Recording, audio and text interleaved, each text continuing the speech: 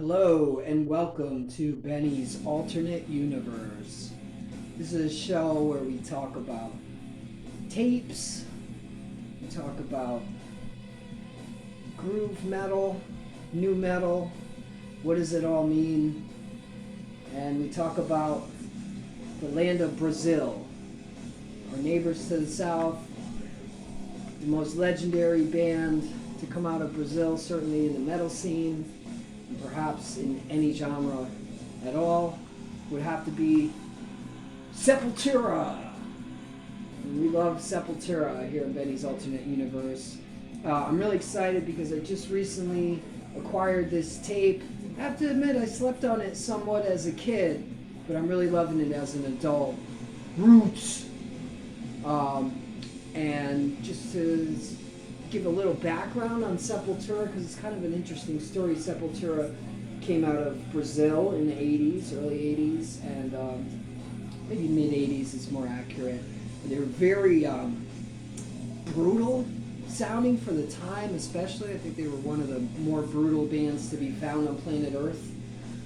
They took a lot of influence from Celtic Frost and those kind of really nasty bands coming out of Europe. And they would evolve this sound into some real masterpieces of thrash metal, which are Beneath the Remains and the ultimate masterpiece, Arise. And Arise is an album that I did have as a kid, and a lot of my friends had it too. It was just one of those things you would always see if you were into metal. Somebody most likely would have a copy of Arise and be into Dead Embryonic Cells and these wonderful songs, Sarcastic Existence. Their follow-up to Arise, Chaos AD, which came out early 90s, I'm not sure exactly when, I want to say maybe 92, 93,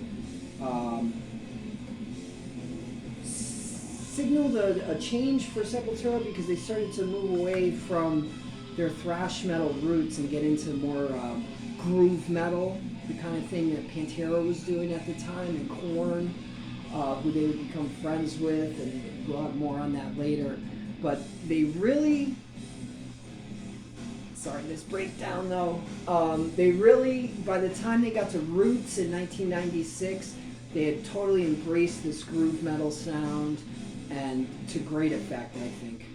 It's a great match for their primitive riffing and Max Cavalera's just rugged, scream. He wasn't really a death metal singer exactly. He just had this bellow that was very powerful. You can hear it right there. Another breakdown the pop breakdown. But not only would they get into this slower, heavier, I don't know. Sepultura was pretty goddamn heavy to begin with, but definitely slower and groovier, form of metal, what would come to be known as new metal. And there's some interesting distinctions. For me, new metal a lot is about the lyrical content. Sepultura did not have this sort of, my personal problems approach to most of their lyrics. Which a lot of the new metal bands did. In particular, I'm looking at Korn and Linkin Park, two bands that I'm not a fan of.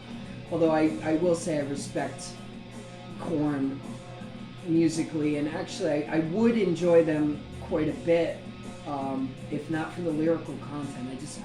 I'm not that into that, sort of victim complex type lyricism. And apologies to Korn fans, I think they are a good band. Linkin Park, I never liked them, I never will.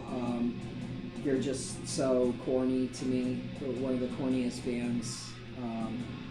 Sorry Not Sorry, I don't do Linkin Park. Also their rapper is absolutely atrocious, and anybody who's a hip hop fan, I don't know how you could get behind Linkin Park. I mean, Mike Shinoda, definitely not the GOAT MC. But to bring it back to Roots, as you can see on the cover here, as you can maybe deduce from the title, this album was where Sepultura really embraced their Brazilian roots, and they did a lot of work with somebody named Carlos Carlinhos Brown, who is a big time name in Brazilian music, I found out.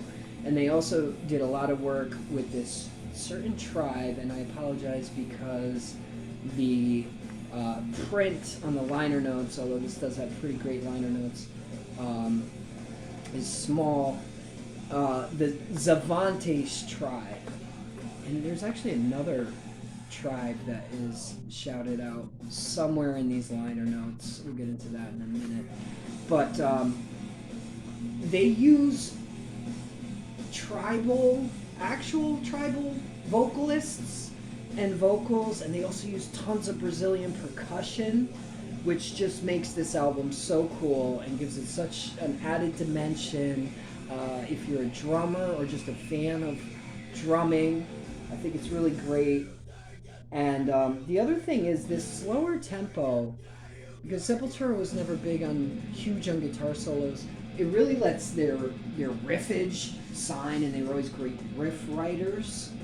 And it also allows them to experiment with some weird guitar sounds. And I know in 1996 this was kind of in vogue. This was just before Korn had their breakthrough with Follow the Leader. It was also around the time that Rage Against the Machine was doing Evil Empire.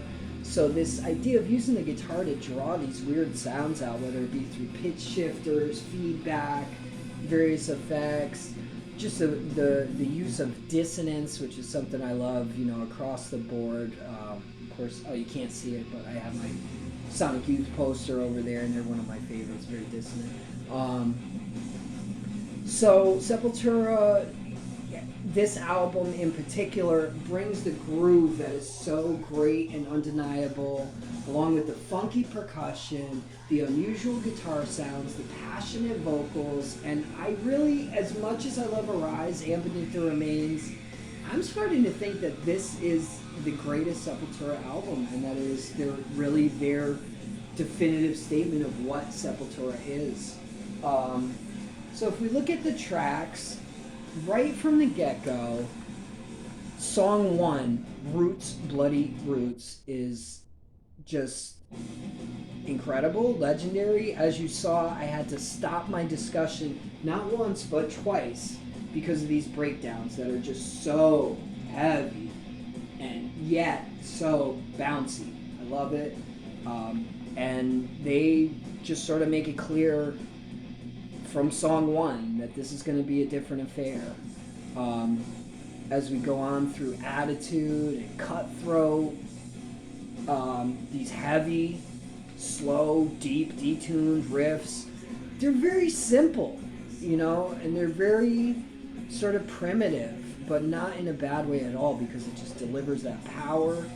And then we hear peeking through these Brazilian percussion instruments. I'm going to take off my glasses for a second so I can read this, because this is really interesting.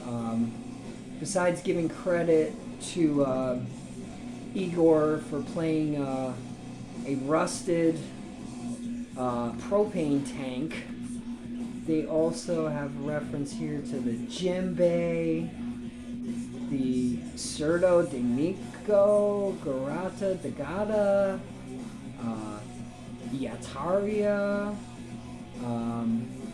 that are played by Carlinhos Brown.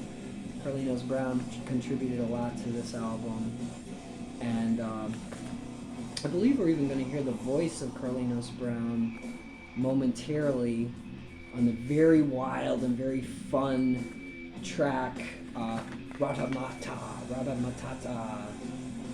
Mahata, where he's Max is doing this back and forth between Carlinhos and himself, and they're singing in Portuguese, and they're singing about the favela, and there's tons of Brazilian percussion. Really great track. And fun is not always a term that is applied to Sepultura, and I think in this case it definitely fits and it's appropriate. So after Radamahata, we have Breed Apart, Straight Hate, Spit, again, we're continuing with this heavy groove metal sound. There's also some cool production things like Breed Apart, I think, is where it blasts into a super saturated distortion that overwhelms and overtakes the entire track. And then when we go into the next song, Straight Hate, the guitar tone is actually a little more subdued than it has been previously on the album. And so going from this huge distortion wash into that more subdued tone is really cool too. I want to give credit to the producer on this album because the production is great.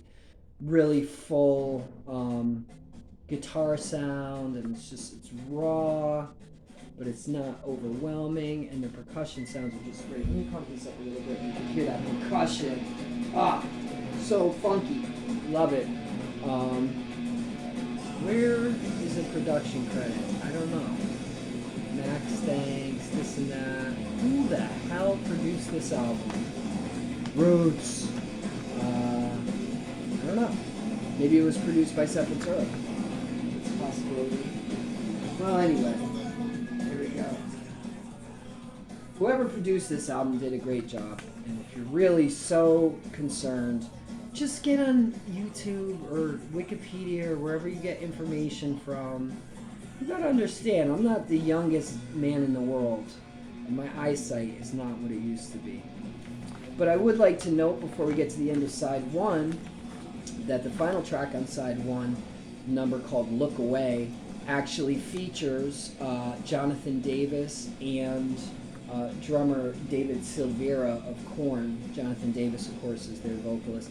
And, I have to say, I think David Silveira is a great drummer, and I think Jonathan Davis is a very good singer, and that's why I'm reluctant to, discount Korn so quickly. But I just get tired of his. I don't even think it's a shtick. I think it's legitimate and he's sincere, but where he's coming from about his mental disturbance, I don't know. It just doesn't connect for me. Although he is a very good singer, and he has a very cool vocal style too. So, respect to Jonathan Davis. It's just not really my cup of tea. We get into side two with some more groove metal on Dusted and Born Stubborn, and then we get into some really interesting territory on Yasko, which is a beautiful acoustic guitar melody. And I don't know if this is Andreas or Max on the guitar, but really cool, almost like Zeppelin 3 vibes on this acoustic number where the diminished chords are coming out and the whole tones are coming out. Love that. It's a nice break in the action. And that leads you into It's Sorry, which has a full chorus of native Brazilians. I don't know if they're called Aborigines or Indians or Mayans or what, but they're native Brazilians, and they're singing in their tribal style, and it is really cool with the acoustic guitars and the percussion. And this aspect is what makes this album to me unique in really the whole field of metal, and I'm sure it influenced other people to go back to their traditional sounds. I'm thinking of I think it was Agalok, who did a lot of sort of traditional themed traditional instrumentation and applied it to black metal. But this album too is also like heavy and great, but it's not so heavy that it's like punishing. It's a different kind of heaviness as opposed to especially their earlier work, Bestial Devastation and Morbid Visions, but also Beneath the Remains and Arise. I think really they started to switch up their groove on Arise, but it wasn't until Chaos AD that it really came to the fore, and on Roots it was fully formed, fully developed, and fully radical and awesome. So we had a little fun time with the acoustic numbers on Yasko, and it's Sorry, and then the final three numbers, Ambush and Endangered Species, more groove metal, some really, really killer riffs to be had on Endangered Species. And Ambush has a long section where it breaks into just percussion. You can hear it here too. This Brazilian percussion is all over this album, and it gives us a really unique character. But The last song, Dictatorship, is also of note because it's really, I think, the only time on this album where they get into that kind of lightning speed tempo that they were once known for. And it's not even really a thrash or death metal beat. It's more of an old school hardcore beat, which I thought was kind of cool too. It gives you like Bad Brains vibes or Minor Threat vibes or something like that. So that was really cool way to end the album with that incredible speed. Oh, this riff though, so great. I think this is definitely, in keeping with what was going on in the metal scene in '96. New metal was just around the corner, and it was starting to rear its ugly head in the form of Korn. But the Brazilian aspect, and of course the lyrical themes, which are a lot about the unjust society that we live in, and technology, the government, things like this, is a little different from your typical new metal fare, and I'd say it's more of a groove metal thing, along the lines of what Pantera was already doing. And just as an aside, my favorite and really the only new metal band that I'm a big fan of is System of a Down, and the reason why is because I feel like their lyrical content is just a little more thought-provoking than, Make Me Bad or something like that. And if I ever get my hands on another System of a Down tape, I used to have their first album on tape, and I really regret that I lost it, because I bought it at the gas station in like 2002 or something, and that was one of the last places where you could get new cassettes, was at the gas station, at the truck stop gas station. The truckers had tape players in their trucks. But now it's impossible to find, and it's like $40-50 on tape, so I don't have it right now, and it's a shame because it's an awesome album, and I love the first System of a Down album. I really love all their albums, but that's another episode. So this was also the final album of the original classic lineup of Sepultura, of the Cavalier brothers, Max and Igor, and Andreas Kisser on guitar, and Paolo Jr. on bass, which I just love that he's Paolo Jr. I think that's a great nom de rock. So let me see how much time I have left. Oh yeah, we're going strong. We could talk about Sepultura all day. The last video got cut off, and once again, apologies to Phil. And this riff, though. So many great riffs on this album. I love it. Stop to appreciate the riff. So, Roots came out during the cassette era, which is great for us because it means we have a very extensive liner note that just goes on and on. This is a 1, 2, 3, 4, 5, 6, 7, 8 panel J card, ladies and gentlemen. The iconic album cover. This was great, and I remember seeing this on both cassette and CD in many of my friends' houses in those days. 1996, I would have been 17, so it's prime time.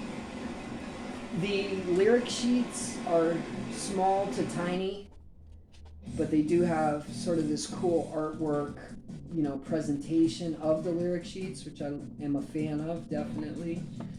Particular, the lyric sheet for Endangered Species is very cool on this sort of red signage with the handprints. Let's look at some of the lyrics. Endangered species, life, 3 exclamation points, struggle to survive, crawling, raging, feed the hate inside. Are we going to see another day? Are we going to make it all the way? Are we going to see the light of day? Are we going to make it till the end? Well, Sepultura, I don't know if they were always known for their lyrics as much as, say, Death or Metallica, but still quite great vocal delivery. Look at the little cartoon of Dictatorship. How great is that?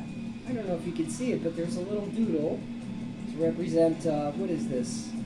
A pig man or some kind of terrible thing. 1995, spirits still alive. We still hear the cry from the ones that survived. Why did they disappeared?